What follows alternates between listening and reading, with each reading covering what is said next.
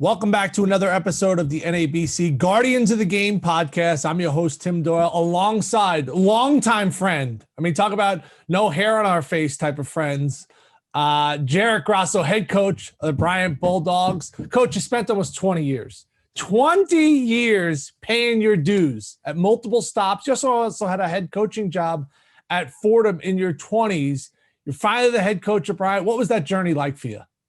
It's been a long road, and I've enjoyed every step of the journey, and got to work for some great guys, meet some great people along the way. Throughout the whole time, knowing I always wanted to be a head coach. I was the son of a coach, grew up around the game like you did, Tim, and always knew where I wanted my path to go. And I was blessed to be around great people and learn the game from some great people. Was with Timmy Cluse at Iona for the last 8 years, and really worked for one of the best guys in college basketball. Someone who great coach, even better person. And, after those 8 years, I knew I was really prepared for this next step. Yeah, right away, you go right for the jugular. Tim Cluse single-handedly ruined my high school career as the head coach of St. Mary's. And I actually think he did to you as well. Is that true? He ended my career as well. So my last game was that expense as well. 12-7-4. That's something you took from Coach Cluse. Could you dive a little bit more into that? 12 months a year, 7 days a week, 4 hours a day. Just believe if you're willing to work that amount of time, if your passion for the game and your love for the game is 12 months a year, 7 days a week, 4 hours a day, and you're really willing to put that much time into basketball, you have a chance to be a pro, you have a chance to become a part of a championship program. And a lot of guys say they want to do it. A lot of guys talk about it, but are you really committed to doing that? And very few are, but I haven't been around guys in this game, guys who are willing to put that kind of time and end up making money playing basketball. And those are the kind of guys we want to have here at Bryant. I think as a head coach that you kind of forget the impact that you have on your players and how they go on. And obviously over the course of your assistant coaching career, you've dealt with a lot of different guys. You've seen them go on to next phases of life. But I was reading a tweet from you recently about your own individual family and about spending more time with them. Now you're a young head coach. You're ambitious. You gave Syracuse all they could handle on opening night. I want to know how hard that is, that work-family balance. It's the hardest thing. And for me, it's the thing that I'm trying to perfect. And I'm not sure there's a perfection in it, but I'm going to chase that my whole career because I'm going to be a good father to my children and a good husband to my wife. And to me, that's the most important thing. And, when I walk in that door and have my 3 children there, they just care that daddy's home. They don't care whether we won or lost. They don't care that we had 27 turnovers or we won for 17 from 3. They care about daddy being home. They want to play with daddy. And, like you said, the morning after the Syracuse game, I was on the bike getting a workout in and still a little beat down from that loss. Could have been a great win for us. And, watching video as I was riding the bike, my son came in and made me pinky promise that I wouldn't take a phone call for 90 minutes so he could play with daddy. I said, why? He said, because I love playing with daddy. When your son says something like that to you, you realize how important that piece of all of this is. And I'm never going to forget the fact that my family is going to come first. And those 3 kids at home, they need their time with their father. And I'm going to make sure that they get that. Yeah, you had an amazing relationship with your father and someone that I grew close with, who passed recently. And you're just going through your social media accounts. If you don't know Coach Grasso, you could obviously see the connection he had with his dad. But at what age, Jared, do you kind of put your arm around your son and say, all right, now it's time to kind of dive into the X's and O's. We need to ice this ball screen here. See that guy's open in the corner. Like, those are the moments for me where, the first guy looked open, but it was actually the second guy. It was really diving into that. Is there going to be an age with your kids where you're going to be like, all right, time to flip that switch? When he's ready for it. I'm not going to push it. Both my boys have an interest in basketball and, like little kids right now, if you're talking about 4 and 2, but, when the time is right and if it's something that they want to do, obviously Dad's going to be there to completely support it. And I hope they love the game, but whatever makes them happy and whatever they want to do, as long as they're happy, Dad's going to be happy. What was the biggest influence that your dad had on you as a coach? Just the way to play the game. We both grew up with fathers who were old school, kind of tough, blue collar, man's man, real men. And the biggest thing was always just about the toughness of the game and the work ethic of the game and the real gritty stuff. I learned a ton of basketball from my father, and X's and O's and the way the game should be played, and him talking 20 years ago about how teams should have 5 shooters on the floor and things where I thought he was way ahead of the curve.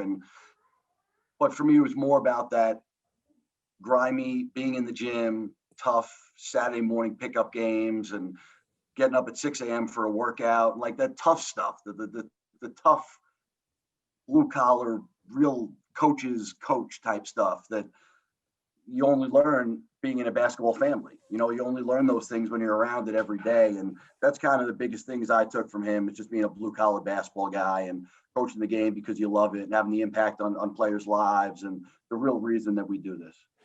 I grew up with Coach Grasso. Full disclosure, we've known each other since we're, single digits, right? And was a great player in high school at St. Anthony's on Long Island, then went on to maybe an even better career in college at Quinnipiac. But I will say this, he wasn't always well liked. All right? I liked him because he had that confidence. He had that chip on his shoulder. Do you look for kids that had kind of similar style to you when you go out recruiting, or has the game completely changed? Absolutely. I say all the time, I need to coach guys who are like me. And I need guys with an edge and a chip on their shoulder. And I like guys who are a little bit different, they've got a swagger and then aren't going to back down from anyone. And it's the only reason I was a good player. I wasn't a great athlete. I wasn't all that gifted. I just thought I was good, worked really hard at it. And no one was going to tell me that I wasn't going to be a good player. No one was stopping me from becoming the player I wanted to be. That was my mindset.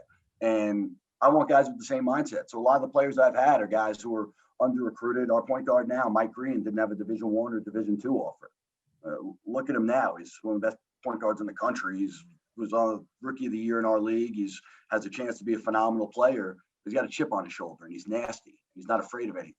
So I want guys like that, guys who were like myself and gym rats who love the game, and no one could tell them that they weren't going to make it, because there was no one who could ever tell me I wasn't going to be a Division I player. No one could ever told me I wasn't going to be a Division I head coach. No, I'm just going to find a way. I don't want guys who are the same way and guys who say, I'm going to make it. I'm going to figure it out. I'm going to make it. No one's stopping me from getting where I want to go. No one's stopping me from reaching my goals and my dreams. Yeah, I mean, I think that your point is very poignant because, I talked about your career playing, and then, you go on to Quinnipiac where you have a stellar career. And let's just be honest, there was a coaching opening there a couple of years ago. Obviously, your name was mentioned because of what you did previously at Iona as an assistant. You don't get the job. Now you end up in Bryant, everything's worked out. But at that time, great player, Quinnipiac. You think that this is the opportunity. You paid your dues. You don't get that job. What did that feel like? Yeah, it's a punch in the gut. And anytime there's an opportunity or you're something you feel you've worked so hard for and you have a goal and a dream and it doesn't end up working out, it's a punch in the gut. But then you get back up and you say, what's next? I was 2 days later. Okay, so now we're going to go. I'm back at Iona. We're going to win another championship.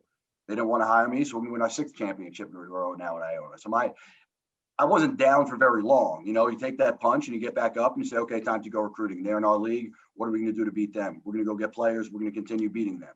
That's got to be the mindset, because it's a hard business. And listen, there's a ton of great head coaches out there. Baker Dunleavy has done a phenomenal job at Quinnipiac, and I've been involved with other jobs. It's part of the business, but you always still, go back to as that player, you have that chip on your shoulder and that confidence. It's the same thing as a coach. When you're confident in what you do, you say, well, why isn't it me? Maybe that opportunity should have been mine. Or you just get back to work, you keep trying to outwork people. What's been the biggest surprise to you as a head coach? I mean, you're in your 3rd season now, but what surprised you from being an assistant to being a head coach? I want to be honest with you, the stretch I had at Fordham where I was the interim head coach there was probably the best thing that ever happened to me. It was a difficult situation, but for 3 months, I got thrown to the fire. I took over, I inherited a team that mid-season and was told, treat this like it's your own program. So I recruited, got 5 commitments, was fundraising. We're still getting good crowds. We're coaching, was doing the whole job. And I kind of learned on the fly. I didn't know what I was doing. I was 29 years old, thinking, I had the world by the balls and I was just going to figure it out and we're going to win and this is going to work out. But I was given the opportunity to coach a team for 3 months. And I learned more in that 3 months than I probably did in the next 10 years for when the next opportunity came, what to be prepared for. So I think after doing that and working for Timmy Kluse at Iona, I was really prepared to take over. So, I mean, just the time management piece. Sometimes you got to tell people no. There's a lot of things that get thrown at you. And as my family has grown now to 3 children, like there's times that speaking engagements or different things that people ask you to do, sometimes you have to say no because you have a family and your team. Those are the 2 most important things. Yeah, you have a early season setback to Syracuse, then you knock off New Hampshire. Where is your team at after you lose to Syracuse? Obviously, you can go check out the clips between Coach Boeheim, Coach Grasso, maybe a misunderstanding, a scheduling issue. The world has turned upside down. You played the game. You almost won. You didn't win. What was the message after the team? Because you did come back and win the next game. How important was that next game? Our guys just wanted to get back out there and play. Like, this is such a strange year in general, obviously, with everything going on. So first off, when our guys have an opportunity to play a game, it's a great day. My kids love to compete. My guys want to play games. Like, I have hoopers. They don't want to come and practice, 10 days in a row. They want to practice a couple days and then they want to go and compete. So we lost that game and we had returners who have a chip on their shoulder. We can't lose another close game. We're pissed because we lost some close games last year. We got to stop losing close games. And those guys were angry. They thought we should have won. And not because it was Syracuse and it would have been an upset. They just thought they were better than them and should have won. Like, they thought we outplayed them and it was a game we should have won. So we got back to work, had a couple of good practices, and then ready for New Hampshire to go out and play against a good New Hampshire team on the road who had beat us last year. So our guys were ready and performed at a high level. Yeah, this story probably should only be told at a watering hole. And I don't have anything to drink right now, to be 100% honest, but you got to put yourself in a time capsule, all right? Picture Coach Grasso and myself driving in, I believe it was a Jeep. Is that correct, Coach? Yes. Yeah. And blue Jeep Cherokee. Yeah, we were driving to ABCD camp. At the time, it was Adidas. And I had been fortunate enough to go to camp my junior year, sophomore going into junior year. So I had an advantage of knowing when you go to camps like that, if you get the rebound, you can't pass to anybody, okay? Which was my strength, but you knew not to pass to anybody. So Coach Grasso was there working out with some of the counselors, some of the high-level guys and competing with them, going through drills with them. But he happened to see one of the highlights of my basketball career where I had 28 points. I think I was 13 or 14 from the field. And it was an ABCD kind of moment. And I remember driving back in his Jeep.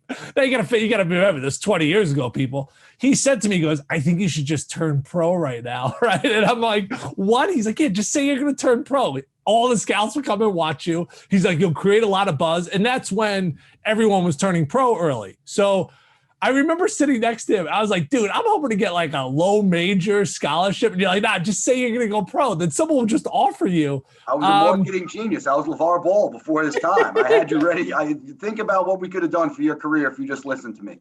If I would have listened to you, yeah, maybe my whole career is there. Maybe we're not hosting this podcast together right now. What actually was going through your head at that point? Listen, you had a great game. You were the high scorer in camp that day. You had 20. I literally think you were 14 for 15 from the field. 6'6", skilled, good-looking kid. I mean, you had it all going for you. Stud in your community. Everyone knows you in Long Island. Huge family name. Everyone knows the Doyles in Long Island basketball. Timmy Doyle just had 28 points at ABCD camp. Besides, he's putting his name in the draft. Imagine the headlines. I mean, it would have been unbelievable for Long Island basketball. Your dad would have picked it up. It would have been a huge thing. And I think we've really had something going. You decided not to, you didn't jump on it. You obviously had a great college career at St. John's and Northwestern, but I thought better of you. I thought you were a pro at that point. Maybe my evaluation was off. Yeah, you did. You did think a little bit too much of me. Do you lay in bed at night? Now you got 3 beautiful kids, beautiful wife.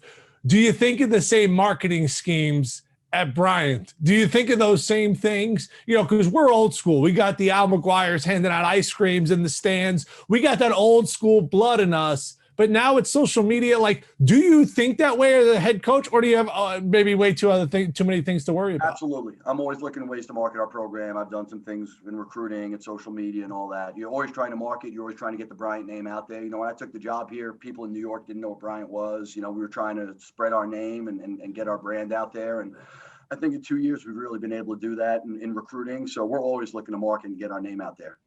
You know, it's interesting you mentioned the New York metropolitan area. Obviously, we both have strong ties there. You coached there for many years, won a bunch of championships at Iona. But when you're a quote unquote smaller school, when you recruit, do you have to stick to a region? Do you think that that's a strength? And this is maybe just some advice, not just for Division I coaches, Division II coaches out there. Do you kind of stick to a hotspot, or are you open to kind of expanding across the country? I mean, we recruit nationally. We do a lot with transfers, junior college guys. So we do recruit nationally, but a lot of times it comes down to your relationships. You know, the coaches you know and trust are the guys who are going to help you with players. So sometimes you have to know, you know, I'm not going to spin my wheel to the kid in Texas. His AU coach is helping this program, and we know, you know, there's all the relationship stuff. So a lot of my relationship are in the metropolitan area, in the Northeast, New England. So I always tend to tap into those relationships, but we've been able to kind of spread our wings, especially in the transfer market, and recruit nationally. And I think it's really helped our program. Yeah, you're a big product guy. I need to know, is that gel, or are you more of a paste guy with the hair? I'm a straight gel guy. That is there any coach, forget about X's and O's, that you look up to hair-wise?